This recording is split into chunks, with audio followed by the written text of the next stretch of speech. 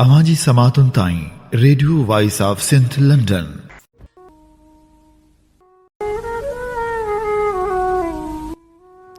वया सूं पाणा सभ थिया सूं सुपरी, पाणे जे जाना रतीअ रहे हेकड़ी। भलारे भिटदणी जे भलारे बैत सां मुंहिंजो ही आवाज़ मुसाफ़िर radio voice of Sindh London त थी दुनिया जी कुंड कुड़छ ताईं। जंहिंजा माग ॿुधिजे पियो उन्हनि मिड़नी महिरबाननि खे सिक भरियो सलाम शाल क़बूल पवे।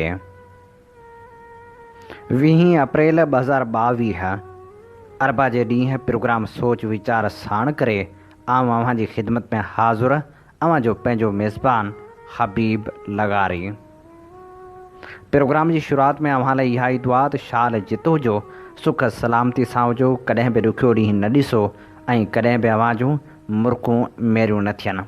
दुनिया जी कुंड कुड़छ में जिते बि हुजो, सिंध लाइ, सिंध वासियुनि लाइ ऐं दुनिया जे मज़लूम माण्हुनि लाइ जा खोड़ींदा रहो।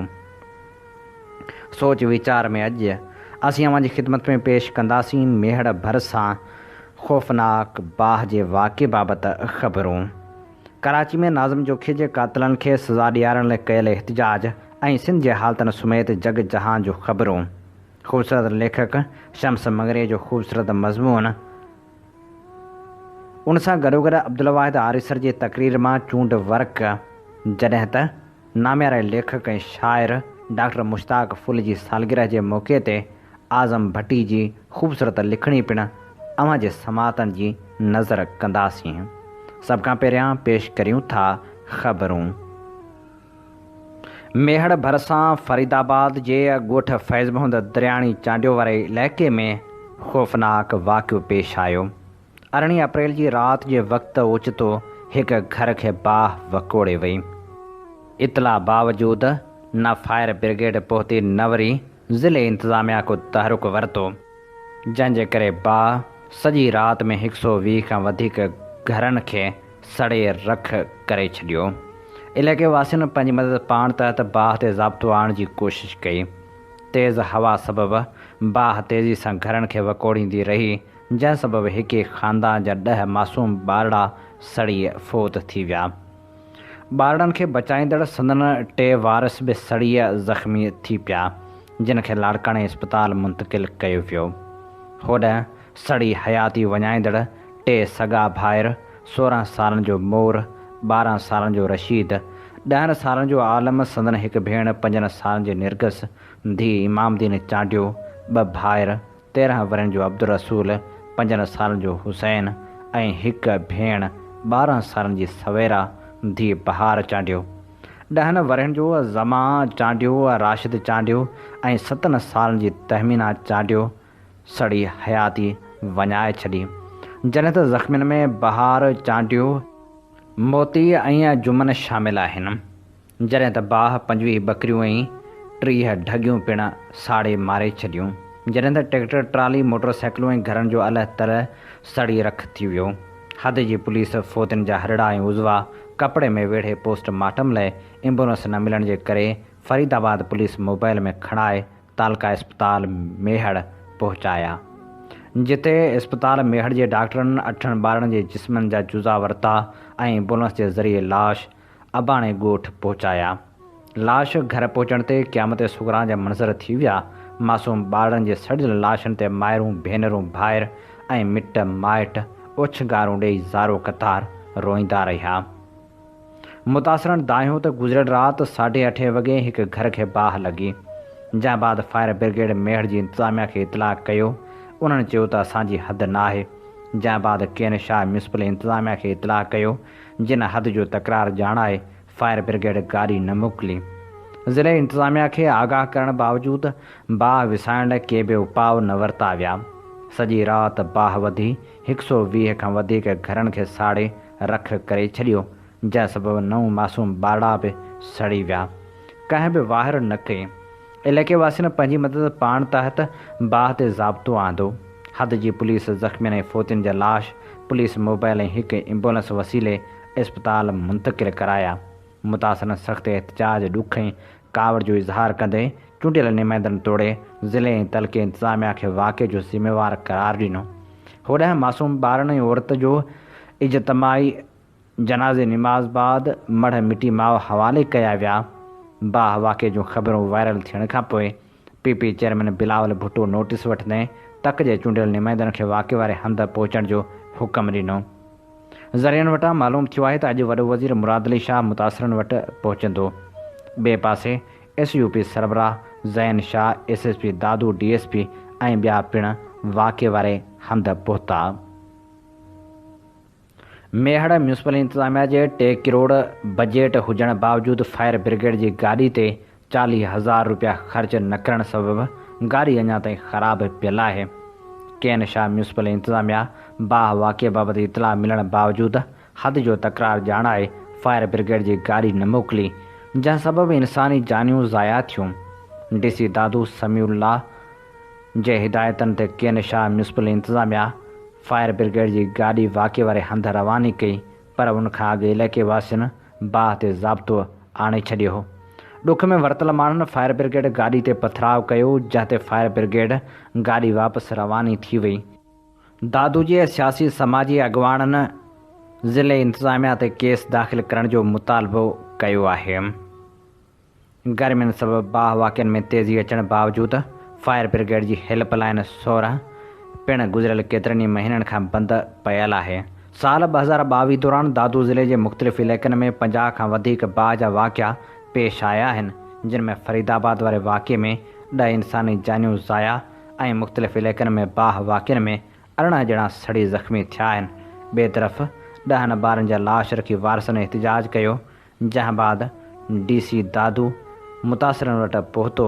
बाह मुतासिरनि DCअ ख़िलाफ़ शदीद नारेबाज़ी पिणु कई।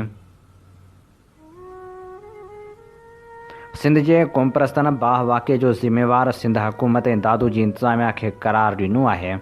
STP chairman doctor Qadir Magsi Awami Tahreek जे सरबराह अयाज़ लतीफ़ पली जो जीअं सिंध मुहाज़ जे चेयरमैन रियाज़ चांडियो जारी कयल बयाननि में चयो आहे त वाक़े जो केस ज़िले इंतिज़ामिया ते दाख़िल कयो वञे। डॉक्टर कादर मक्सी पंहिंजे बयान में चयो आहे त वाक़ियो इतफ़ाक़ी ज़रूरु आहे, पर उनखां इंतिज़ामिया ऐं हुक्मराननि खे आजो करार ॾेई नथो सघिजे। गुज़िरियल 15 सालनि खां मुसलसिल हुकूमत कंदड़ PP सरकार सिंध खे ॿियो त कुझु नाहे ॾिनो, पर उन क़िस्म जे वाक़िअनि खे फ़ौरी तौरु मुंहुं ॾियण लाइ बि हंगामी तौरु उपाउ वठण लाइ के बि बंदोबस्त नाहिनि कया। जेकॾहिं वक़्तु सिर बाह विसाइण ऐं ॻोठाइण समेत चौपायो माल रेस्क्यू करण लाइ इंतिज़ामिया पहुची हा ऐं क़दम खणी हा त एतिरो नुक़सानु न थिए हा। क़ौमी अवामी तहरीक जे सरबराह अयाज़ लतीफ़ पली जो चवणु आहे त जेकॾहिं बर वक़्तु फायर ब्रिगेड गाॾियूं पहुचनि हा त इहो वाक़ियो न थिए हा। कंहिं बि ज़िले में कुदरती आफ़त बाह ज़लज़ले ऐं ॿोॾि खां पोइ रुॻो माण्हुनि खे ॿाहिरि कढी महफ़ूज़ हंध ते पहुचाइण जो बि हुकूमत या इंतिज़ामिया वटि बंदोबस्त न आहे। नाहिरे करप्ट सिस्टम में माण्हू बेयारो मददगार बणियल आहिनि। ग़रीब माण्हू जो को धणी साईं नाहे। नाअहली जी इंतिहा आहे जो हिकु तरफ़ सॼी राति सोशल मीडिया ते बाह वाक़े जूं तस्वीरूं ऐं वीडियोज़ वायरल थी रहियूं हुयूं, पर इंतिज़ामी अमलदार या को चूंडियल नुमाइंदो मिसकिन माण्हुनि जी वाहिर लाइ न पहुतो हो। सॼे ज़िले मां किथां हिकु फायर ब्रिगेड बि न मिली सघी हुई। होॾांहुं जीअं सिंध मुहाज़ जे सरबराह रियाज़ अहमद चांडियो चयो आहे त सिंध में धरती धणियुनि जे तहफ़ुज़ तरक़ी ऐं सलामती लाइ को बि इदारो न आहे। अॼु जॾहिं सखर डिवीज़न, लाड़कानो डिवीज़न, दादू जामशोरो में जेके ॻोठनि खे बाहियूं लॻनि थियूं, इंसान सड़नि था, न उते फायर ब्रिगेड आहे, न उते सरकार जो को अमलो आहे। अॼु ॾिसो पिया त सॼी सिंध बेयारो मददगार आहे, न वरी सिंध हुकूमत माण्हू जी का वाहिर करण लाइ तयारु आहे। हुन मुतालबो कयो त फरीदाबाद में फ़ौत थियल ॿारनि जो केस डिप्टी कमिश्नर दादू मेहड़ जी इंतिज़ामिया MP ऐं MNAs ते दाख़िल कयो वञे। सिंध यूनाइटेड पार्टी जे सदर सैद ज़ैन शाह चयो आहे त PP 15 साल इक़्तिदार में रही आहे, पर को बि तरक़ियाती कमु नाहे कयो। फरीदाबाद समेत मुख़्तलिफ़ इलाइक़नि में लॻल बाह विसाइण लाइ इदारनि वटि फायर ब्रिगेड गाॾियूं बि न आहिनि। इंतिज़ामिया जी नाअहली जे करे मेहड़ भरिसां 9 जानियूं ज़ाया थियूं, पर मेहड़ तालुक़े तोड़े दादू ज़िले मां हिकु बि फायर ब्रिगेड वाक़े वारे हंधि न पहुची सघी। अहिड़ी लापरवाही जो नोटिस वरितो वञे। हुन चयो त सिंध जा माण्हू PP नवाज़ लीग ऐं MQM इतिहाद खे कंहिं बि रीति क़बूल न कंदा। जेकॾहिं मुआदनि ते अमल लाइ का बि हरकत कई वई त सिंध असेंबली जो घेराव कयो वेंदो। नाज़म जोखे जे खून सां इंसाफ़ लाइ सिविल सोसाइटी सरापा एहतिजाज बणियल आहे। काल्ह बि प्रेस क्लब आॾो एहतिजाजी मुज़ाहिरो कयो वियो। मुज़ाहिरे खे ख़िताब कंदे शीमा करमानी, शीरिन असद ऐं ॿियनि चयो त नाज़म जोखियो क़तल केस जे जवाबदारनि खे क्लीन चिट ॾियण बदिरां समूरनि जवाबदारनि खे सख़्त खां सख़्त सज़ा ॾिनी वञे जीअं को बि अहिड़ो वाक़ियो पेश न अचे। हुननि वधीक चयो त जेकॾहिं ठाह वारे फ़ैसिले ते अमल कयो वियो त असां सख़्तु एहतिजाज करे जवाबदारनि खे सज़ा ॾियारण लाइ सख़्त खां सख़्तु तहरीक हलाईंदासीं। नवां जतोई में टैक्सीअ ड्राइवर 50 सालनि जो शुहाबुद्दीन पंवर वफ़ात करे वियो, जंहिंजा वारिस लाश दफ़नाइण लाइ मक़ामी क़ब्रिस्तान सैयद साबरीन शाह पोतात, अॻूणे सेनेटर मरहूम अब्दुल गफ़ार जतोई जो मैनेजर उमर जतोई बि क़ब्रिस्तान में पहुची वियो ऐं खोटियल क़बर में लही बीही रहियो ऐं एतिराज़ु कयो त आउं हिन पासे लाश दफ़नाइण न ॾींदुसि। अहिड़े अमल ख़िलाफ़ फ़ौती जे वारसनि ऐं रहवासियुनि सरफराज़ पंवर, डॉक्टर इमरान खोसो, अमजद खोसो, हमीद पंवर ऐं ॿियनि सियासी समाजी अॻुवाणनि नवां जतोई मोरो रोड ते जतोई हाउस अॻियां एहतिजाजी धरणो हयो। लाश रखी 4 कलाक एहतिजाज कयो वियो। हुननि चयो त नवां जतोई जी तारीख़ में कॾहिं ईअं नाहे थियो।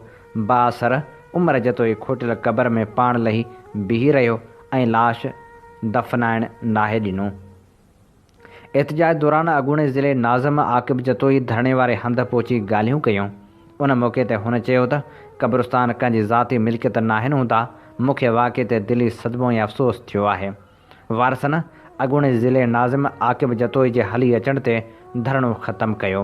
होॾां मड़ क़ब्रिस्तान में साॻी क़बर में मिटी माउ हवाले कयो वियो।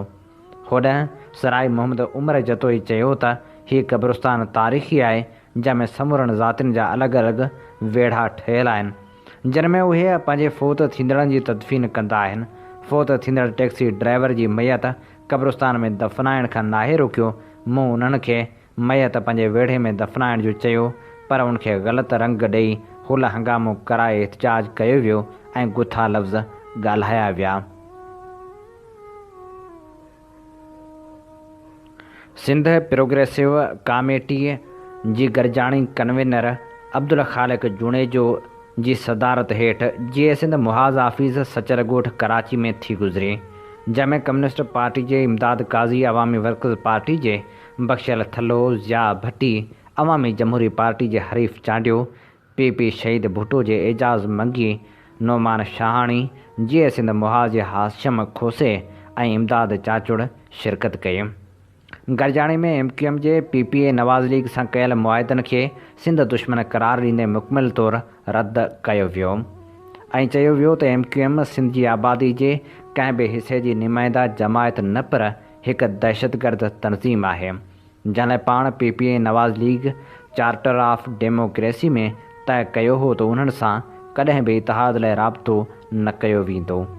PPA नवाज़ लीग या ॿी कंहिं बि पार्टी खे उहो हक़ या इख़्तियार नाहे त उहा इक़्तिदार जी बुख लाहिण लाइ सिंध जे मुफ़ादनि जो सौदो करे। दुनिया जे सभिनी मुल्कनि में वॾा शहर ऐं बहिराड़ियूं आहिनि, पर किथे बि शहर ऐं बहिराड़ी जो धार मैंडेट नाहे ॻणियो वेंदो। PPA उन मुआदे ज़रिए सिंध जे शहरी ऐं बहिराड़ी जे बुनियादी विरासत खे क़बूल करे चुकी आहे। नवाज़ लीग वारे मुआदे ख़ासि करे नवां इंतिज़ामी यूनिट ठाहिण वारे नुक़्ते खे बदतरीन सिंध दुश्मन चयो वियो। अॻुवाणनि चयो त सिंध सिंधियुनि जो तारीख़ी वतन आहे, जंहिंजी गादी जो हंधि कराची आहे। सिंध हिकु आहे ऐं सदाईं हिकु रहंदी। मक़ामी माण्हुनि बाबति MQM जी उन तशरीह खे फज़ूल ऐं बेबुनियाद सम्झूं था त समूरी दुनिया मां आयल माण्हू मक़ामी ऐं शहदादकोट, उमरकोट ऐं ओॿावड़े खां कराची आयल ग़ैर मक़ामी आहिनि। पाकिस्तान जी मौजूदा सियासी बहरान बाबति चयो वियो त उहो असल में रियासत ऐं निज़ाम जो बहरान आहे। 75 सालनि खां हुकुमरान जेके क़ौमनि जे इनकार, अवाम दुश्मनी, साम्राज दोस्ती, इस्तेहसाल, नफ़रत ऐं तफ़रीक़ ते ॿधल पॉलिसियूं इख़्तियार कंदा आया आहिनि उन जा मंतक़ी नतीजा आॾो अची रहिया आहिनि। ईंदड़ मक़ामी चूंडनि बाबति चयो वियो त सिंध प्रोग्रेसिव कमेटी में शामिल पार्टी जो उम्मीदवार बीहंदो त उन जी भरपूर मुकमिल मदद कई वेंदी ऐं उनखां अलावा जिते बि को हेठिएं तबिके जो अवाम दोस्त उम्मीदवार हूंदो त उन जी बि हिमायत कई वेंदी। पड ईदन में क़ौमी कारकुननि आशिर राजपर, सनाउल्लाह लाशारी, अमानुल्लाह राजपर खे खंभे गुम करण ख़िलाफ़ वारसनि ऐं कारकुननि 3 ॾींहं बि नुसरत कैनाल पुल खां रैली कढी रेलवे फाटक वटि मुज़ाहिरो करे धरणो हयो, जॾहिं त शहर में शटरबंद हड़ताल कई वई। हड़ताल सबबि रेशम गली, टावर मार्केट, मैन शाही बाज़ार ऐं ॿिया इलाइक़ा बंदि रहिया। एहतजाज जी अॻुवाणी रफ़ीक अहमद राजपर, तानिया राजपर, सानिया राजपर, सलीम राजपर, अमजद अली शेख, अल्ताफ़ अंसारी ऐं ॿियनि कई। उन मौक़े ते हुननि चयो त असांजो भाउ आशिर बेगुनाह आहे, खेसि खंभे गुम कयो वियो आहे, जंहिंजी बाज़ियाबी ताईं एहतजाज जारी रहंदो। सुभाणे खां नेशनल हाईवे ते धरणो हयो वेंदो। बदीन में पाणी जी शदीद खोट ख़िलाफ़ पाकिस्तान फिशर फोक फोरम जे सॾ ते पीर चौक बदीन वटि हज़ारे माण्हुनि फिशर फोक फोरम जे मरकज़ी चेयरमैन मेहरान अली शाह जी अॻुवाणी में एहतजाजी धरणो हयो। पाकिस्तान फिशर फोक फोरम जे चेयरमैन SUP जे मरकज़ी नायब सदर अमीर आज़ाद पहवर, STP जे चेयरमैन ग़ुलाम कादर मुरादाणी, बदीन बचायो तहरीक जे अॻुवान ख़ादम मेमण ऐं ॿियनि ख़िताब कंदे चयो त बदीन जी सामूंडी पटी समेत पुछड़ी वारनि इलाइक़नि में ज़रई तोड़े पीअण वारे पाणी जो बहरान शिदत इख़्तियार करे वियो आहे। समुंड वेझो हुअण सबबि जर जो पाणी खारो ऐं ज़हरीलो थी वियो आहे। इंसान समेत जानवर ऐं पखी उञ विघे मरी रहिया आहिनि। हुननि चयो त जर जो खारो पाणी वापराइण सबबि ख़ारिश, पेट जूं मुख़्तलिफ़ बीमारियूं फैलिजी रहियूं आहिनि, पर आबपाशी खातो हितां जा चूंडियल नुमाइंदा अवाम जे दाहण बावजूदि पीअण जो पाणी पुछड़ी ताईं पहुचाइण लाइ तयारु न आहिनि। हुननि मुतालबो कयो त जल्द खां जल्द पाणी फ़राहम करे असांखे परेशानियुनि खां बचायो वञे। हीअ असीं अवां जी ख़िदमत में पेश करे रहियासीं ख़बरूं। अवी ॿुधी रहिया आहियो radio voice of Sindh London ऐं अवां जी ख़िदमत में प्रोग्राम पेश कयो पियो वञे सोच वीचार। सोच वीचार जे हिन सफ़र में आऊं अवां सां मुख़ातिब अवां जो पंहिंजो मेज़बान आहियां हबीब लगारी। प्रोग्राम सोच वीचार में हाणे शामिल करियूं था सिंधीअ ॿोली जे ख़ूबसूरत लेखक नवाज़ कुंभर जो ख़ूबसूरत मज़मून, जंहिंजो उनवान आहे बाह लॻण जा वाक़िया ऐं आफ़तनि खे मुंहुं ॾींदड़ इदारनि जी लातालुकी। हीअ मज़मून 2013 दौरान लिखियो वियो हो। हेतिरा साल गुज़रण बावजूदि अॼु बि हालतूं साॻियूं आहिनि, जंहिंजे करे असीं अवां जी ख़िदमत में हीअ मज़मून पेश करे रहिया आहियूं। नवाज़ कुंभर पंहिंजे मज़मून में लिखे थो, उहा सिंध जंहिंमें बंदूक ऐं कुहाड़ी अञा आम न थी हुई, जंहिंमें कंहिंखे क़त्ल करण बजाए नज़रनि मां किराए छॾिबो हो, जिते गोली बजाए घणो करे पिटनि ऐं पारातनि सां कमु हलाइबो हो, जंहिंमें ज़ुबान ऐं सींध जी वॾी अहमियत हूंदी हुई। उन सिंध में कंहिंजे ज़ुल्म ऐं ज़्यादती ख़िलाफ़ जेकॾहिं का बड़क ॿाहिरि कढबी बि हुई त उनखे चइबो हो शल बाह लॻई। उन मां बाह लॻण जी अहमियत ऐं उनजे ख़तरनाक असरनि जो अंदाज़ो आसानी सां लॻाए सघिजे थो।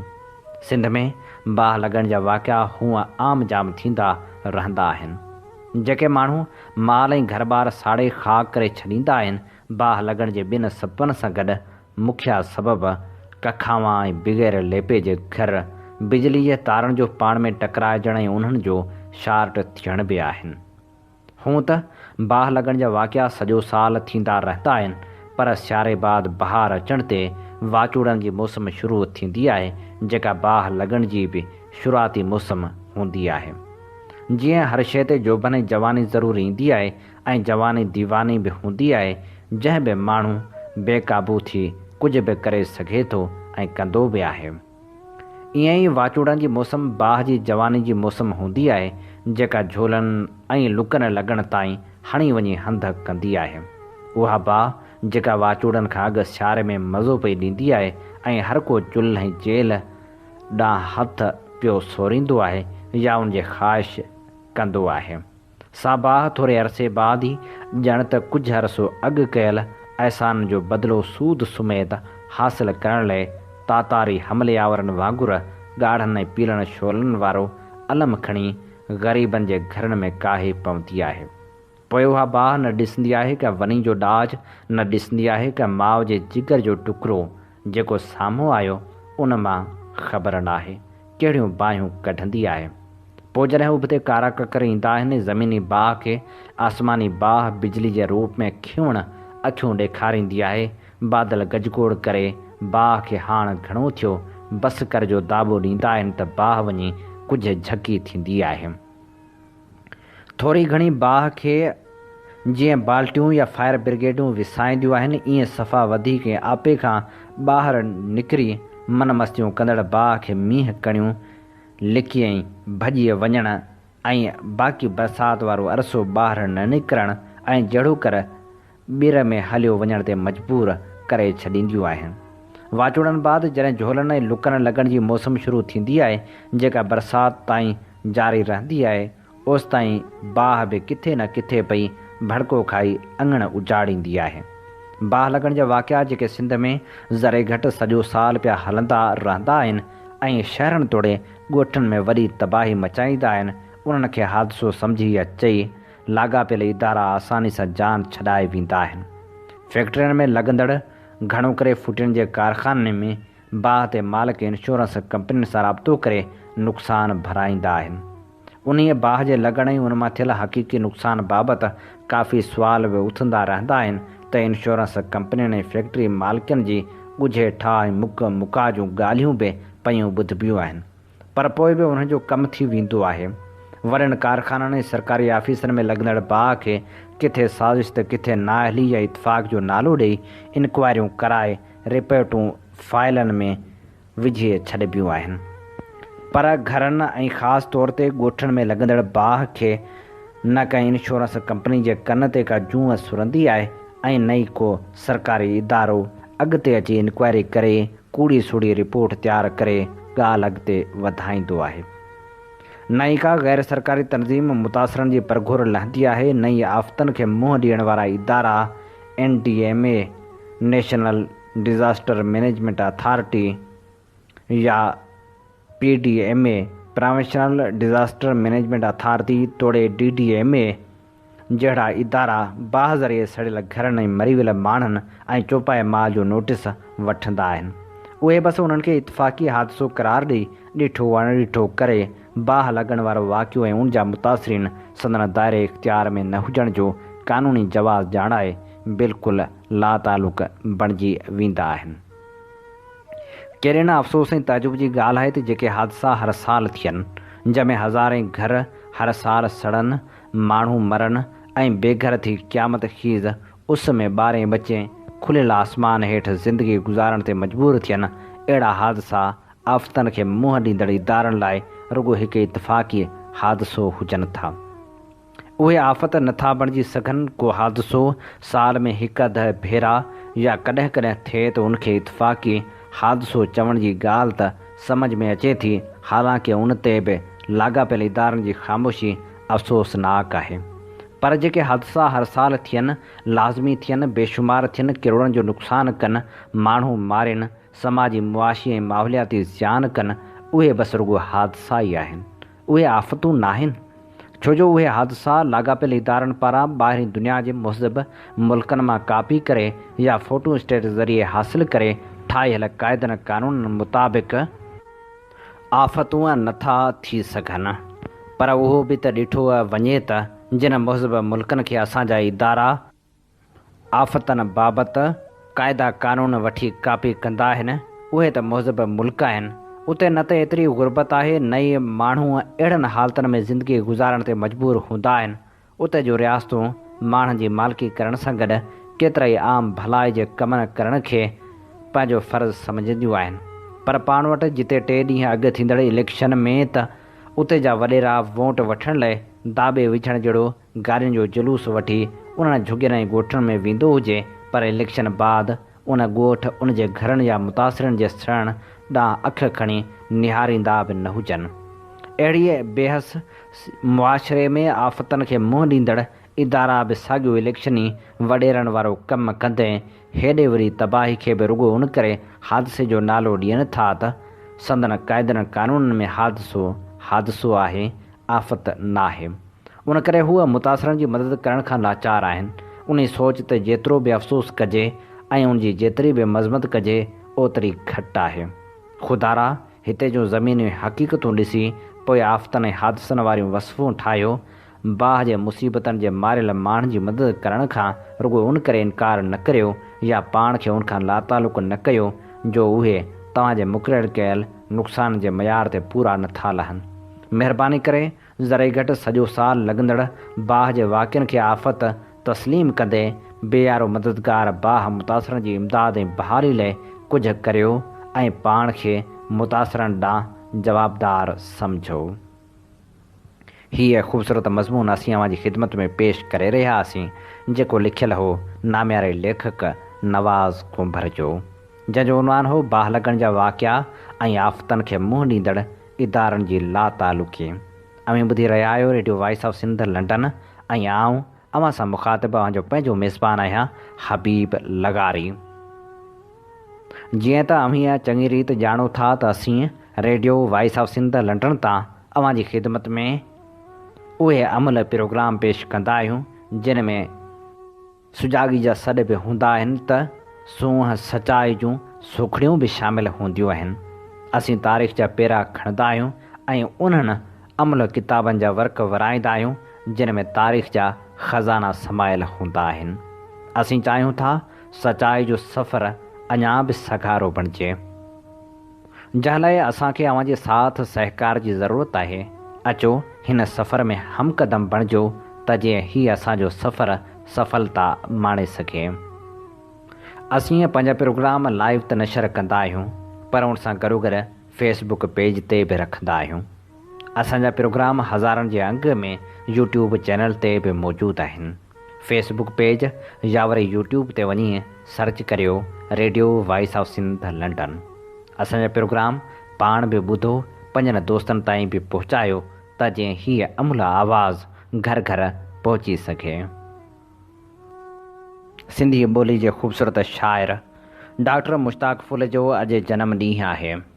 Radio voice of Sindh London तां खेसि भेटा पेश करण लाइ असीं अव्हांजी ख़िदमत में पेश करियूं था नाम्यारे लेखक आज़म भट्टी जो लिखियलु ख़ूबसूरत मज़मून। वाक़फ़ियत जा वण बि हर माण्हू सां मुख़्तसर लम्हनि में वसाए नाहिनि सघिबा। एतमाद जे पाणी जो घाटे मिक़दार में वाहिपो ई मुख़्तसर लम्हनि मुलाक़ातनि यादनि खे अहसास जे रिश्ते जे मज़बूत डोर में तब्दील करण लाइ काफ़ी हुजे थो। सो मन जी मस्जिद में अदबी आज़ान जी गुंजार, अंदर जे मंदर में भॼननि जे सुरीले आलाप, अदबी संग जे मांडाण मलूक मुल्क वारे हिकु अहिड़े मणियादार शख़्स सां नींहं जे नाते में सोघो कयो, जंहिंजे अंदर जे इंसान में इज़त ॾियणु ऐं ॾियारणु, एतिराम करणु ऐं कराइणु, इंसान जा सबक़ सिखणु ऐं सेखारणु, हिमत, हौसले, सहप, रवादारी ऐं उत्साह जा जबल पार करण जी न रुॻो बेइंतहा सघ आहे, पर उन सघ खे तसलसल जा गुलाब अर्पे मुसलसल साह जी ख़ुशबू वारे सफ़र में गॾु खणी हलण जी जुरत बि आहे। अहसास जा रिश्ता जॾहिं तख़्तुस जो भरम रखण में सोभ जो वज़ू सारींदा आहिनि त उन जी पाइदारी खे को बि आर्ज़ी मुफ़ाद छीहो रसाए न सघंदो आहे।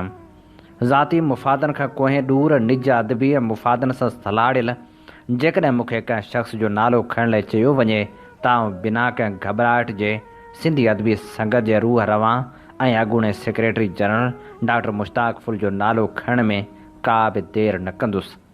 सिंधी अदबी संगत जे काफ़िले में हिकु शाख जे सेक्रेटरी जी हैसियत में जॾहिं जमहूरी अंदाज़ में आऊं शाख जो सेक्रेटरी चूंडिजी आयो हुअसि त उन वक़्तु मुंहिंजे तस्वर में बि इहा शइ न हुई त को मर्कज़ी सेक्रेटरी जनरल पहिरियों ई ॾींहुं मूंखे फ़ोन करे मुबारकबाद जा गुलाब अर्पण सां गॾु उमेदनि जो हिकु मुस्बत जहान खोले मुंहिंजे आॾो रखंदो, न रुॻो उमेदूं पर उन्हनि उमेदनि ते उत्साह जा रंग बि चिटींदो। मूं लाइ हौसला अफ़ज़ाई जी उनखां वधीक का घड़ी न हुई त मुंहिंजो मर्कज़ी अॻुवाण बि ॿिनि दोस्तनि जे कयल फ़ैसिले ते एतमाद करे मुंहिंजी सोभ ऐं एतमाद खे चंड जियां चमकाए रहियो हो। उत्साह जे उन पाणी मुंहिंजे अदबी जज़्बनि खे अहिड़ी रीति उजारे छू कयो जो मूं पंहिंजी शाह खे संगत सिंध जे मॉडल शाह साबित करे ॾेखारियो। उन सफ़र में डॉक्टर मुश्ताक फुल जी मुकमल रहनुमाई मुंहिंजे लाइ पज़ीराए जे कंहिं मिराज खां घटि कोन हुई। अॼु उन शख़्स बल्कि इदारे जी सालगिरह आहे जंहिं मूंखे अदबी पज़ीराए जो शर्फ़ बख़्शियो। सो उन जे शानदार अदबी वजूद जी ताईद करण खां सवाइ कीअं थो रही सघिजे। मजमूई तौरु भले खणी उन जी अदबी किरदार सां घणनि माण्हुनि खे इख़्तिलाफ़ हुजे, उन इख़्तिलाफ़ जी नोयत जा लवाज़मात भले खणी कहिड़ा बि हुजनि, पर वक़्त जो मनसिफ़ ऐं तारीख़ जा सुफ़ा कंहिंजे बि किरदार ते चढ़ियल या थापियल दुंद खे घणो वक़्तु लिकाए नथा सघनि। तारीख़ हमेशह किरदारनि खे आईने जियां चिटो करे बीहारियो आहे।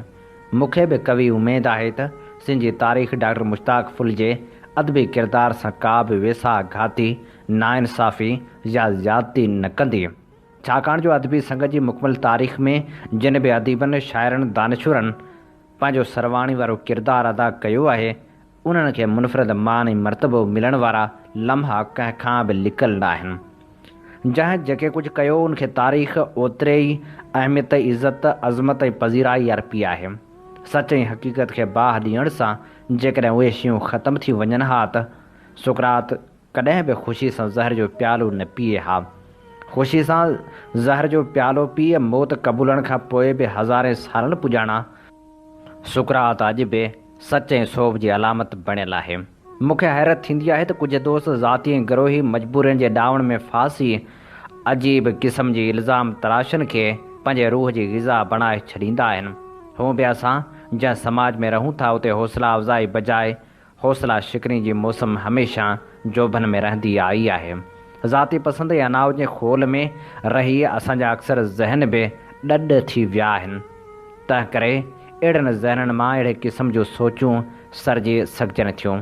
ख़ैर ॻाल्हि पिए हली डॉक्टर मुश्ताक फुल जी त हुन पंहिंजे वस ऐं वताहिर हर कोशिश खे मुमकिनात जी चादर उढाए सिंधी अदबी संगत खे हिकु अहिड़ो जोभन अर्पियो जंहिं केतिरनि ई बदसूरतियुनि खे लिकाए संगत जी हक़ीक़ी सूंहं खे निर्वार करे छॾियो। आउं सम्झां थो त संगत डॉक्टर मुश्ताक फुल जी रोज़ी रोटी जो मसइलो कॾहिं बि न रही आहे, न ई हुन संगत खे पंहिंजी जागीर सम्झी हलाइण जो तस्वर कयो आहे, न वरी हुन कॾहिं अहिड़ी कोशिश कई। हिकिड़े जमहूरी अंदाज़ में हूअ चूंडबो ऐं जदोजहद कंदो रहियो ऐं सेक्रेटरी जनरल न हूंदे बि उहा ई जदोजहद करे रहियो आहे। संगत ते कब्ज़े जा इल्ज़ाम हणंदड़ दोस्तनि जी दिलाज़ारी करण खां सवाइ आउं इहो सुवालु करणु थो चाहियां त संगत जी तारीख़ में खोड़ अहिड़ा सरवाण बि रहिया आहिनि जिन मां के 4 साल, के 2 के 3 भेरा, के 7-8 साल त के मुसलसल 11 साल अदबी संगत जा सरवाण रहिया। उनखे इल्ज़ाम लॻाईंदड़ दोस्त कहिड़ो नालो ॾियनि था। मुंहिंजे नाक़स ॼाण मूजिबि माज़ी में त मर्कज़ सिर्फ़ु राब्ता सेक्रेटरियुनि सां लह विचड़ ताईं महदूद रही कारोबार हलाईंदा हुआ। पर छा हुन हिकु नई रिवायत खे जनमु न ॾिनो हो त शाखनि जे सेक्रेटरी, काउंसलरनि तोड़े आम मेंबरनि सां बि मुसलसिल राब्ते में रही संगत खे मुतहरिक करण में कोशां रहियो, जंहिंजो आउं अखियुनि ॾिठो शाहिद आहियां। पर मूं जहिड़ा केतिरा ई अदबी वर्कर उन ॻाल्हि जी शाहिदी ॾींदा। माज़ी में सिंध जूं केतिरियूं शाख़ूं मर्कज़ी फ़ैसिलनि जी रोशनी में ऐं आइन जी पासदारी कंदे पंहिंजे इजलास ऐं दस्तूरी गॾिजाणियूं या ॿियूं सरगर्मियूं कंदियूं हुयूं। पर मौजूदा सूरत हाल में उनजो तनासुब केतिरो आहे? छा उहो सभु कुझु पाणे थी वियो आहे? जे ईअं आहे त पोइ उन वक़्तु पाणे छो नथे थी सघियो? हुन जी मर्कज़ी क़यादत में सिंध जो कहिड़ो मसइलो हो जंहिं ते हुन अॻु भराई वारो किरदारु अदा न कयो हो?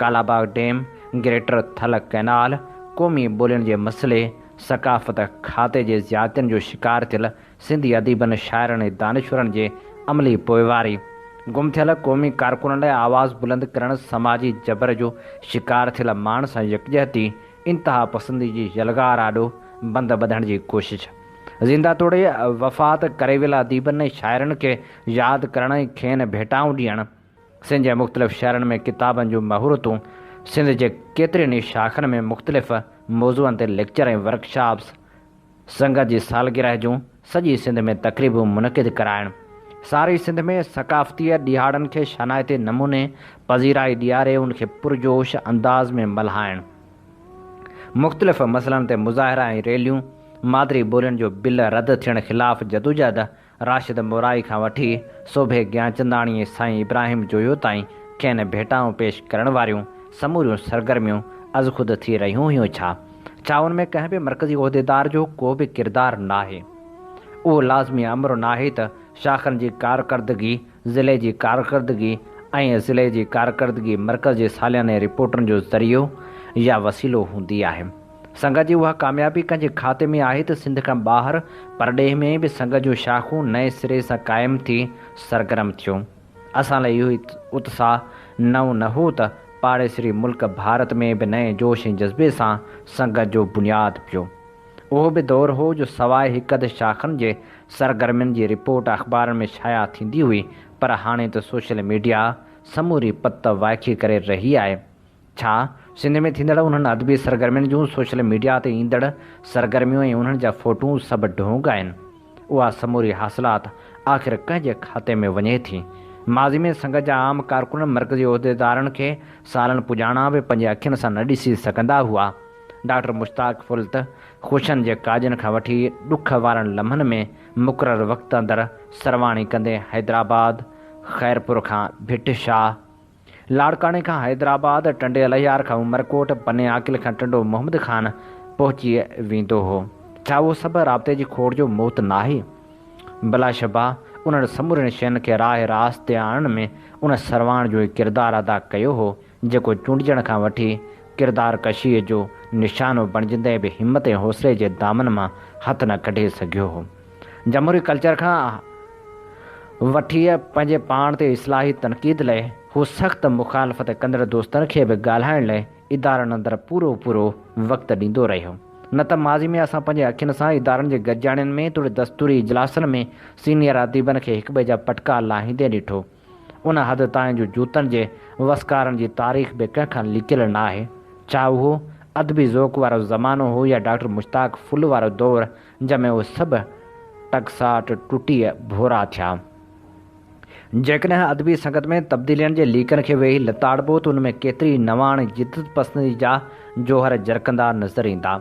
लॻभॻि 60 सालनि जी माज़ी जी तारीख़ में सिंधी अदबी संगत मरकज़ जे हवाले सां पब्लिकेशन वारे शोबे जो ईमानदारी सां जाइज़ो वठी तनासुब ज़ाहिर कजे त अछा कारा पधरा थी वेंदा।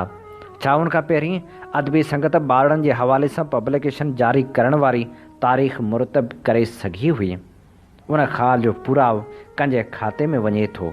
डॉक्टर मुश्ताक फुल अदबी संगत खे सीढ़ी बणाए आला सरकारी उहिदा माण वारी डोड़ में शामिलु हुजे हा त शायदि अॼु हू कंहिं न कंहिं फिरंदड़ कुर्सी ते विराजमान ज़रूरु हुजे हा, पर उहो शेवो शायदि संदसि शान वटां न हो उन हद ताईं जो हू पंहिंजी सालगिरह मल्हाइण जी आछ ते बि दोस्तनि खे मना कंदो रहंदो हो। उन लाइ बि खेसि को ॿियो मुतबादिल रस्तो ॻोल्हणो पवंदो हो, न त सिंधी समाज में माण्हू पंहिंजे खीसे में ख़र्च करे पंहिंजी शान में क़सीदा ॻाराइण जो महफ़िलूं बि त मुनक़िद थींदियूं रहियूं आहिनि, पर हू पंहिंजे ज़ाती ख़ुशी वारनि लम्हनि बजाए अदबी सरगर्मियुनि खे फ़ोक़ित ॾियण वारी किरत खे सञा भरियो क़दम सम्झंदो रहियो हो। मूंखे ख़बर नाहे त हीउ लेख कहिड़ियुनि न केतिरनि नाराज़गियुनि खे जनमु ॾींदो, पर उनजे बावजूद बि आऊं उन राय जो आहियां त जेको शख़्स जेतिरी इज़त जो हक़दारु आहे उनखे ओतिरी इज़त अहमियत पज़ीराई ऐं हौसला अफ़ज़ाई ॾियण ते जेकॾहिं का बदशुगानी थिए थी त उन जे अज़ाले लाइ का ॿी मुस्बत राह तलाश करे वठिबी, पर घटि में घटि उन्हनि हक़ीक़तनि जो एतिराफ़ु करणु इंतिहाई ज़रूरी आहे त जेके शख़्स इदारा बणिजी ख़िदमतनि जा मीनार जोड़नि था उन्हनि खे कॾहिं किन सुठनि लफ़्ज़नि सां यादि करणु असांजे अवलीन फ़र्ज़ में शामिलु हुअणु घुरिजे।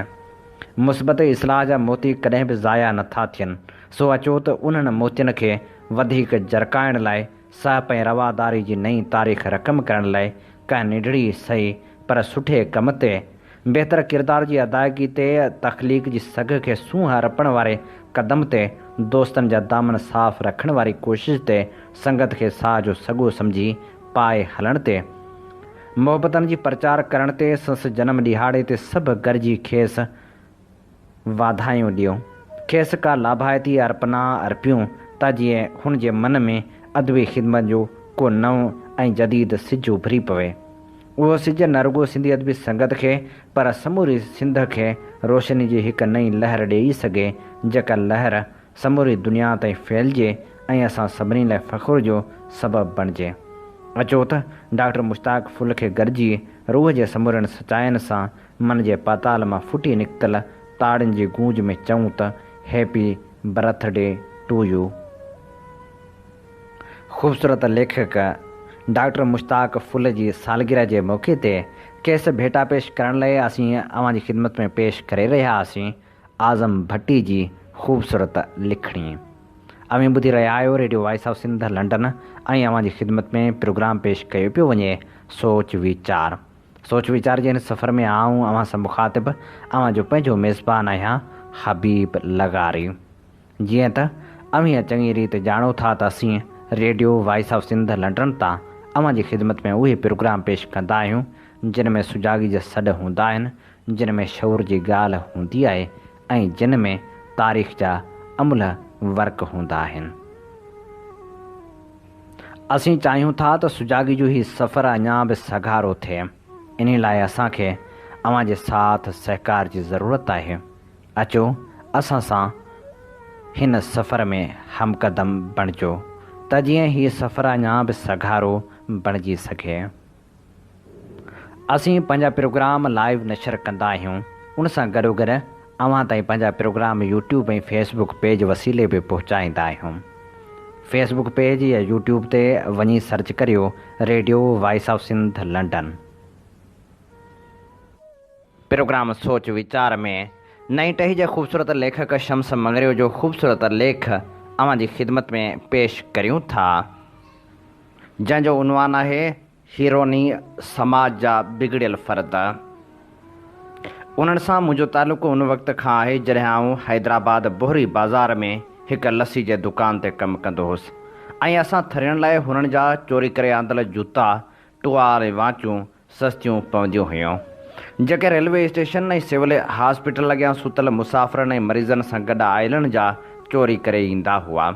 जीअं ई गली मां हीरोनी खे ईंदे ॾिसंदा हुआसीं त हर कोई हुन सां पंहिंजा पियो ॾेखारींदो हो ऐं अॻिते वधी वञी भाकुर पाईंदा हुआसीं ऐं पोइ वधियल वारनि ऐं विखिरियल भूरीअ ॾाढ़ीअ वारे ऐं फाटल कपिड़नि वारे मेरे हीरोनी सां जेको घणी हुजत कंदो हो उनखे सस्तो माल मिलंदो हो ऐं असीं बि पंहिंजे लाइ ऐं घर वारनि लाइ क़िस्मे क़िस्मे सामान वठंदा हुआसीं। उहे समाज जा गदला ऐं नाकारा तरीन किरदार जिन जे पासे मां केरु गुज़रणु पसंदि कोन करे, उहे शहरनि जे मुख़्तलिफ़ गंदियुनि ऐं सुञनि गलियुनि, रेलवे स्टेशननि, अस्पतालुनि ऐं बस अॾनि ते कुंडनि पासनि ते पियल हूंदा आहिनि। ख़ानदाननि मां ख़ारिज कयल उहे माण्हू पंहिंजनि मिटनि माइटनि खां ज़रे बराबरि बि तमा कोन रखनि ऐं काग़ज़ किचिरे जी कमाई मां नशो वठंदा आहिनि ऐं झुगटनि जी सूरत में कुंडनि पासनि ते वेही हिक ॿिए खे सुयूं हणंदा आहिनि त के नक ज़रिए छिकींदा आहिनि ऐं के वरी कली ज़रिए छिकींदा, के त वरी सुयूं भरे वॾो वात फाड़े अंदरि हणंदा आहिनि ऐं पोइ पंहिंजी निढड़ीअ दुनिया में वॾा तस्वर ऐं ख़्वाब सहड़नि लॻंदा आहिनि ऐं पाण में थोरनि पैसनि, काग़ज़नि जे ॿोरनि, ख़ाली इंजेक्शननि ते थोरो घणो वक़्तु बहस ऐं नशे जी हालति में विढ़ी बि पवनि ऐं पोइ किरी पवनि। उन्हनि मां कुझु अहिड़ा बि आहिनि जेके चर्स जे गणग मवालनि वांगुरु कराइनि में कंगण ऐं कड़ा पाइनि ऐं कारा कपिड़ा पहिरीं ऐं पाण खे फ़ुकरा बि चवराइनि। मुल्की हालतुनि बाबति पुछण ते जवाबु मिलियो, असीं फ़ुकरा माण्हू, असांजो छा वञे सियासत ऐं मुल्क जे कारोबार में। साजिद उर्फ़ साजू मवाली मिरपुर ख़ास जी रेलवे स्टेशन खे घर ठाहे वेठे 3 साल गुज़री विया, पर माइटनि मिटनि मां केरु हिकु भेरो बि कोन वड़कियो। पुछम ईद किथे गुज़ारबी? मदोश मुख ते हल्की दर्द भरी मुस्कुराहट आई ऐं चयाईं, असांखे त इहा बि ख़बर कोन्हे त ईद कॾहिं आहे। उहे शहर जे क़ुर्बानी कंदड़नि जे घरनि ॾांहुं गोश्त छॾाइण बि कोन वञनि, सो ईद जो ॾींहुं सफ़ा बुख ते गुज़रंदो आहे। जो होटलूं बि बंदि हूंदियूं आहिनि ऐं उहे समाज जा नाकारा बणियल फ़र्द उहो ॾिहाड़ो अञा बि ॾुखियो गुज़ारींदा आहिनि। गंदियुनि गलियुनि में काग़ज़नि जा गता ऐं प्लास्टिक जूं थैलियूं ॿोरी में गॾु कंदड़ उहे हीरोनी ॿोरा कबाड़ी वारनि खे ॾींदा आहिनि ऐं घटि उजरत मिलण जूं गिलाऊं बि कंदा आहिनि। चवनि यार कबाड़ी वारो अॻिते ॿीणी अॻिते विकिणे थो, असांखे नशे वारा पैसा बि पूरो नथो ॾिए। उहे हमरा चोरी करण खां असुलु कोन मुड़नि। दोस्त यार हुजे या मिट माइट, जेका शइ बुल में आई सा खणी वेंदा। अक्सर जे घरां तड़जण जो कारण घर मां चोरी करणु आहे ऐं चोरी जो सबबु नशे जी पुराई करणु आहे। हिननि वटि पहिरीं तरजीह पेट लाइ मानी न आहे, पर हीरोइन जी पुड़ी आहे। माइटियूं मिटियूं नशे तां निसार करे घरां निकिरी आयल टंडे आदम जो अधड़ोट, जेको भाउ जे घरां 2 मोबाइल फ़ोन चोरी करे अची मिरपुर ख़ास मां निकितो, हीउ हुन भाउ जी चोरी करे आयो, जंहिं घरां तड़जण खां पोइ पाण वटि रहायो ऐं सुठो साॻो ॾिनो। पर हुन लाइ त 60 रुपयनि में मिलंदड़ उहा हीरोइन जी टिकी अहम हुई, जंहिंखे एवल में मिलाए इंजेक्शन वसीले नस में हणंदो हो। ऐं हीअ हर रोज़ु 360 रुपयनि जूं 6 टिकियूं वठे थो ऐं 200 जी एवल ऐं इंजेक्शन। उनखां अलावा डेली 600 रुपयनि जो नशो करण लाइ हीउ बाज़ार मां पिने बि थो त काग़ज़ बि चूंडे थो। उहे नशा शुरूआती वक़्त में ॿाहुनि जे नसनि में इंजेक्शन हणंदा आहिनि। कुझु वक़्त में ॿाह जूं नसूं कमु छॾींदियूं आहिनि त वरी टंगनि जे नसुनि खे टुंबींदा आहिनि। पोइ आहिस्ते आहिस्ते टंगनि ऐं पेरनि जूं निब्ज़ूं बि नज़र अचणु छॾींदियूं आहिनि ऐं पोइ नशे जी तलब वक़्तु पंहिंजा लिंग कटे नब्ज़ ॻोल्हींदा आहिनि। आख़िर मजबूर थी पंहिंजे नाज़ुक उज़वे में बि इंजेक्शन हणी नशे जी तलब पूरी कंदा आहिनि ऐं इंजेक्शन हणण वारे हिन अमल दौरान ज़ख़्मी बि थींदा आहिनि। अहिड़नि मवालनि जो बीमारी जी हालति में डॉक्टर बि इलाज कोन कनि। बेघर थियल असांजे समाज इहे एका जॾहिं ईदनि ऐं ॿियनि ख़ासि ॾिहाड़नि ते ॿारनि खे सुठा कपिड़ा पाए वालदेन सां गॾु शहर में घुमंदे ॾिसंदा आहिनि त कई हसरतूं नसीब में आयल महिरमनि हेठां दॿिजो वञनि ऐं पंहिंजे मुंहुं भाइटियुनि भाणजनि ऐं भाइरनि खे सारे रुअंदा आहिनि। ऐं पोइ दोस्तनि जा दिलासा ऐं हीरोइन जी सूट दुनिया खां लातालुक करे छॾे। पंहिंजे हिन अमल ते पछताव बि अथसि त नशो छॾण बि चाहिनि था, पर बकौल हिकु झूने मवाली जे त नशो छॾण जी जाम कोशिशि कयमि, पर थोरी देरि नथो मिले त अलाए छा थींदो आहे। रगनि मां साह निकिरंदे महसूसु थींदो आहे ऐं लिंगनि में लुछ ऐं बेचैनी थींदी आहे, अहिड़ी जो मरण लॻंदा आहियूं। उन करे नशो छॾण जे ख़्याल सां ई ॾकणी वठी वेंदी आहे। बाक़ी हाणे कोई शौक़ु न आहे, बसि मजबूर आहियूं। ईद निमाज़ ते बि कोन वञनि ऐं न नवां कपिड़ा न कंहिंसां भाकुरूं पाए ईद मिलनि। जॾहिं आम माण्हू हिननि खां नफ़रत कंदे पासो कंदा आहिनि, नक ते हथ ॾेई मुंहं में गिंज वेझो गुज़रंदा आहिनि, त सभु कुझु सम्झंदे बि उन्हनि ते कावड़ कोन कनि ऐं माण्हुनि खे ठीकु ऐं पाण खे ग़लति सम्झी दरगुज़र कंदा आहिनि। हिते गर्मियुनि सर्दियुनि ऐं बरसातुनि खे सहंदे कॾहिं को हेरोनी फुटपाथ ते मरी बि वञे त घर वारनि खे इतलाह नाहे थींदो ऐं उहो लाश लावारस ॼाणाए ऐं बिग़ैर कंहिं मज़हबी रस्मनि जे दफ़न कयो वेंदो आहे। हर वक़्तु नशे जी हालति में रहंदड़ हीरोनी कॾहिं त प्लेटफार्म ते पहुचनि, कॾहिं रोड या फुटपाथ ते ई किरियो पवनि ऐं मच्छरनि जे खाइण, सख़्तु सर्दी या बरसाति हुजण करे सुबुह ताईं बीमार थींदा आहिनि या कॾहिं कॾहिं मरियो बि वञनि। हिकिड़ी इंजेक्शन घणनि मवालनि जे इस्तेमाल में अचण करे साई ऐं एड्स जहिड़ियूं ख़तरनाक बीमारियूं अक्सर करे हीरोइननि में ॾिठियूं वयूं आहिनि। हीरोइन जो नशो त अमीर घराण जो बिगड़ियल औलाद बि करे त मौज़ब पणे जा चोला पातल के मिडिल क्लास जा कारोबारी फ़र्द बि कनि। ख़ासि जायुनि ते किन उन्हनि मां के पाण संभालियो वञनि त के वरी हिननि स्टेशननि ते रिलीअ कुल्हे कयो अची पहुचनि। हिननि संगतियुनि सां ॾेठि वेठ थियण खां पोइ हिननि जे ठिकाण ते बिगड़ियल हालति में घुमाटियूं खाईंदड़ मिरपुर ख़ासि डिवीज़न जे वॾे घराणे जे हिकु नौजवान सां बि हाली अवाली थियसि, जंहिंखे टारगेट ठाहे दोस्ती रखी हिन नशे जो आदी ठाहियो वियो ऐं पोइ अहिड़ो खरियो जो घर वारनि मजबूर थी घरां निकाले ॾिनी। हाणे उन्ही दबदबो रखंदड़ घराणे जी औलाद खे काग़ज़ चूंडींदे ॾिसी दुश्मन राज़ी थियनि था। तोड़े जो चरियाए वारी हालति में आहे, पर काका ॻाल्हि अहिड़ी कंदो आहे जो घराणे जी मुतबरियत जी झलक साम्हूं ईंदी आहे। तॾहिं ते आयल माण्हू खां कुझु घुरण ख़राबु ॻाल्हि आहे।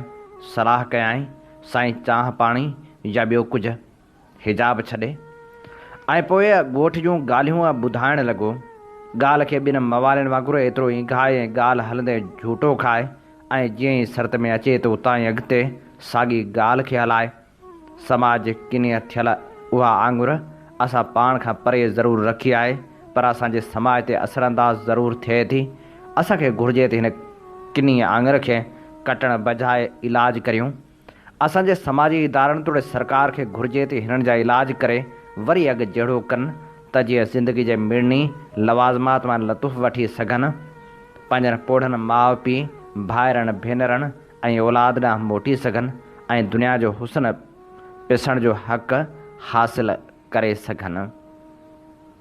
हीअ ख़ूबसूरत मज़मून असीं अव्हांजी ख़िदमत में पेश करे रहिया हुआसीं, जेको लिखियलु हो ख़ूबसूरत लेखक शम्स मंगरे जो, जंहिंजो उनवान हो हीरोनी समाज जा बिगड़ियल फ़र्द। अमी ॿुधी रहिया आहियो radio voice of Sindh London ऐं अव्हांजी ख़िदमत में प्रोग्राम पेश कयो पियो वञे सोच वीचार। सोच वीचार जे हिन सफ़र में आऊं अव्हां सां मुखातिब जो पंहिंजो मेज़बान आहियां हबीब लगारी। जीअं त अमीअ चङी रीति ॼाणो था त असीं radio voice of Sindh London तां अव्हांजी ख़िदमत में उहे प्रोग्राम पेश कंदा आहियूं जिन में सुजाॻी जा सॾ हूंदा आहिनि ऐं जिन में शौर भरियूं ॻाल्हियूं हूंदियूं आहिनि। असीं तारीख़ जे अमुल किताबनि जा वर्क वराईंदा आहियूं ऐं अव्हांजी समातनि जी नज़र कंदा आहियूं उहे तारीख़ी हक़ीक़तूं जेके अव्हां खां शायदि अञा बि ओझल हुजनि। सुजाॻी जे हिन सफ़र में असीं चाहियूं था त हीअ सफ़र सघारो बणिजी का सफलता माणे। उन लाइ असांखे अव्हांजे साथ ऐं सहकार जी ज़रूरत आहे। असांजा पंहिंजा प्रोग्राम हज़ारनि जे अंग में radio voice of Sindh London जे यूट्यूब चैनल ते पिणु मौजूदु आहिनि। हींअर यूट्यूब ते वञी सर्च करियो radio voice of Sindh London. उन सां गॾो गॾु असीं पंहिंजा प्रोग्राम लाइव पिणु नशर कंदा आहियूं। गूगल ते वञी सर्च करियो radio voice of Sindh London ऐं असांजा प्रोग्राम लाइव ॿुधो। असीं पंहिंजा प्रोग्राम फेसबुक पेज ते बि रखंदा आहियूं। जी हा, फेसबुक ते वञी सर्च करियो radio voice of Sindh London. Program सोच वीचार में नाम्यारे क़ौमप्रस्त अॻवान ऐं लेखक अब्दुल वाहिद आरिसर जे किताब तक़रीरूं जा वर्क वरायूं था ऐं अव्हांजी ख़िदमत में उहा तक़रीर पेश करियूं था जेका म्याणी रोड ते थियल जलसे में साईं अब्दुल वाहिद आरिसर कई हुई। सदर मोहतरम, आउं घणो वक़्तु वठी अव्हांजे कक थियण जो सबबु कोन बणिबुसि, अलबत्ता के अणटर हक़ीक़तूं पेश करे अव्हांजे ग़ौर ऐं फ़िक्र लाइ नओं दग ॿुधाईंदुसि। जनाब सदर हिन वक़्तु उर्दू ऐं सिंधी जे झगड़े अहिड़ी सूरत इख़्तियार कई आहे जो सरज़मीन सिंध जेका सदियुनि खां मुहबत ऐं भाईचारे अमन ऐं आशिती सुलह ऐं सांत जो हिंदोरो रही आहे, साकिन धारियुनि जे नामुनासिब हरकतनि सबबि आतिश फ़िशां पहाड़ बणिजी वई आहे। जेकॾहिं उन जबर ऐं नफ़रत जे देव जो गलो हिन वक़्तु ई न कपियो वियो त पोइ थी सघे थो त उहो आतिश फ़िशां फाटी पवे ऐं उनजे शोलनि मां सिंजा दरावड़ पंहिंजे नेज़नि जूं अणियूं ॿारे नफ़रत जे अलम बरदारनि खे साड़े भस्म करे छॾनि। साथियो, जॾहिं खां वन यूनिट जो कहरी कोट जेको सरासर दोखे ऐं दुलाब जे गारे ऐं सिरनि सां ठहियलु आहे, जंहिंजा पहिरेदार मकार हुजण सां गॾु खून ख़्वार बि हुआ, सो सिंध जे नौजवाननि जे लॻातार ऐं ज़ोरदार ज़रबनि सां ॾही अची पट पियो आहे। उन जा मेमार पंहिंजे ई तीरनि सां ज़ख़्मी थी अॼु गुमनामी जी कुंड में छिते कुते वांगुरु पंहिंजा फट चटे रहिया आहिनि। उन वक़्त खां सिंधी ज़ुबान खे जेका दुनिया जी क़दीम शाहूकार सादी सलूणी सबाजी ऐं इल्म जे ज़ेवर सां कुंवार वांगुरु सिंगारियल आहे, पंहिंजे मक़ाम ऐं सरकारी रुतबे मिलण जी हल्की उमेद पैदा थी आहे।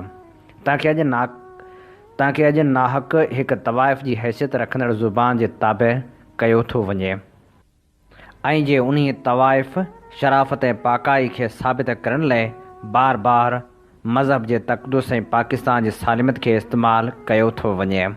सदर साहिब, आउं हिते बिना कंहिं डप डाव जे ॿुधाइण थो चाहियां त सिंध में कंधकोट जी कंधी खां वठी कारूंजर जी कोर ताईं हर सिंधी माण्हू जो मुतालबो ऐं ख़्वाहिश आहे त सिंध जी सरकारी ऐं क़ौमी ज़ुबान सिर्फ़ु सिंधी थियणु घुरिजे।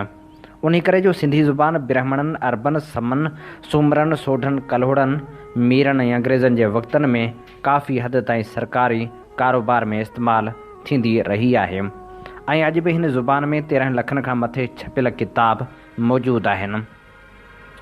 रोज़ानी अख़बारूं, 50 हफ़्तेवार अख़बारूं, 20 खनि माहिवार रिसाला निकिरंदा आहिनि। उहा ज़ुबान हर तरफ़ लाइक़ हक़दार आहे जो न सिर्फ़ु सिंध जी वाहिद सरकारी ऐं क़ौमी ज़ुबान बणिजे पर पूरे पाकिस्तान जी क़ौमी सरकारी ज़ुबान बणिजे। जेकॾहिं सिंधियुनि जे उन माक़ूल ऐं मुनासिब मुतालबे जी राह में रंडकूं ऐं रुकावटूं विधियूं हुयूं त पोइ घटि में घटि सिंधियुनि खे बंगाल जी तारीख़ पढ़ण जो मशवरो ज़रूरु ॾींदुसि। दोस्तो, उर्दू खे सिंधी जी जाइ ते आणण लाइ दलील ॾिनो थो वञे त हीअ तहरीक पाकिस्तान जी ज़ुबान आहे ऐं उन्हनि माण्हुनि खे ॿुधाइण थो चाहियां त तव्हांजो ग़लति बयानियूं पंहिंजो असरु वञाए चुकियूं आहिनि। हिते तव्हां घणो वक़्तु माण्हुनि जे अखियुनि में धूड़ विझी नथा सघो। उर्दू तहरीक पाकिस्तान जी ज़ुबान हरगिज़ थी नथी सघे।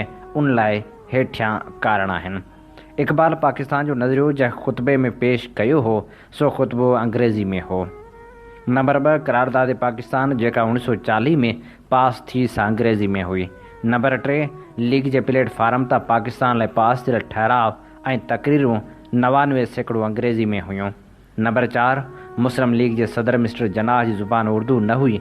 लीग जा सभु चोटी जा लीडर सवाइ हसरत मोहानी, बहादुर यार जंग, खलीक़ुज़्ज़मा ऐं लियाक़त अली जे उर्दू दान हुआ।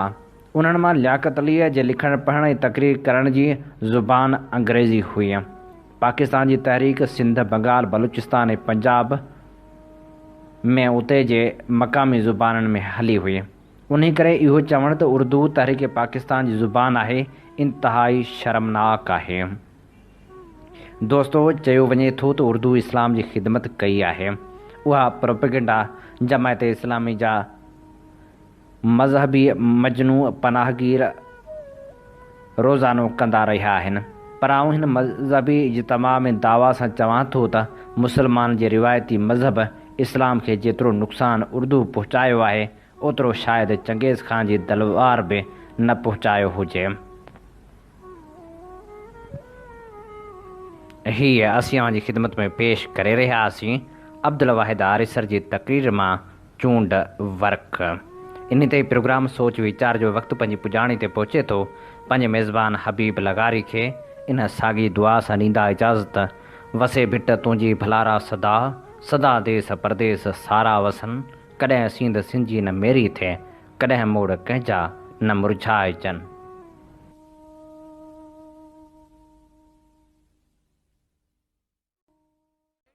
सिंधु मुंहिंजी अमा सूंह तुंहिंजी मथां छा लिखी, छा लिखां छा लिखी, छा लिखां। सिंधु मुंहिंजी अमा दुनिया जा सिंधियो हिक मुठ थी सिंध बचायो। सिंधु मुंहिंजी अमा सूंह तुंहिंजी मथां छा लिखी, छा लिखां। सिंध जो क़ौमी आवाज़ radio voice of Sindh London.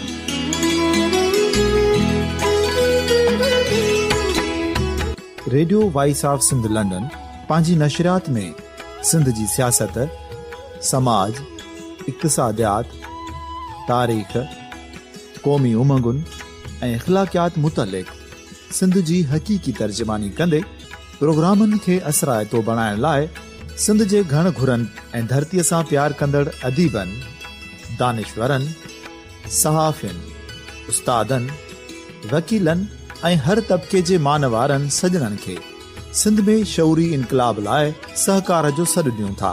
अचो त गॾिजी सूफ़ियुनि ऐं संतनि वारी सिंध जो ओज हिकु मुठ थी वरी वापसि आणण वारे सफ़र जा साथारी बणिजऊं।